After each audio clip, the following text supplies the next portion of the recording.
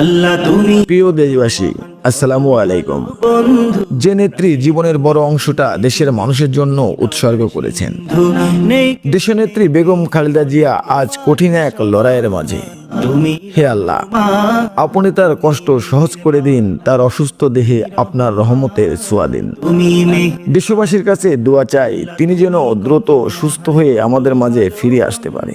প্রাণী আমাদের দেশের ক্লান্তি লগ্নে আপসীন নেত্রীকে বিশেষ প্রয়োজন। নেই কেহ পরিশেষে হে আল্লাহ, তোমারই দেশনেত্রীর রোগ মুক্তির পথ খুলে দিয়ে আমাদের মাঝে ফিরিয়ে দিন, আমিন।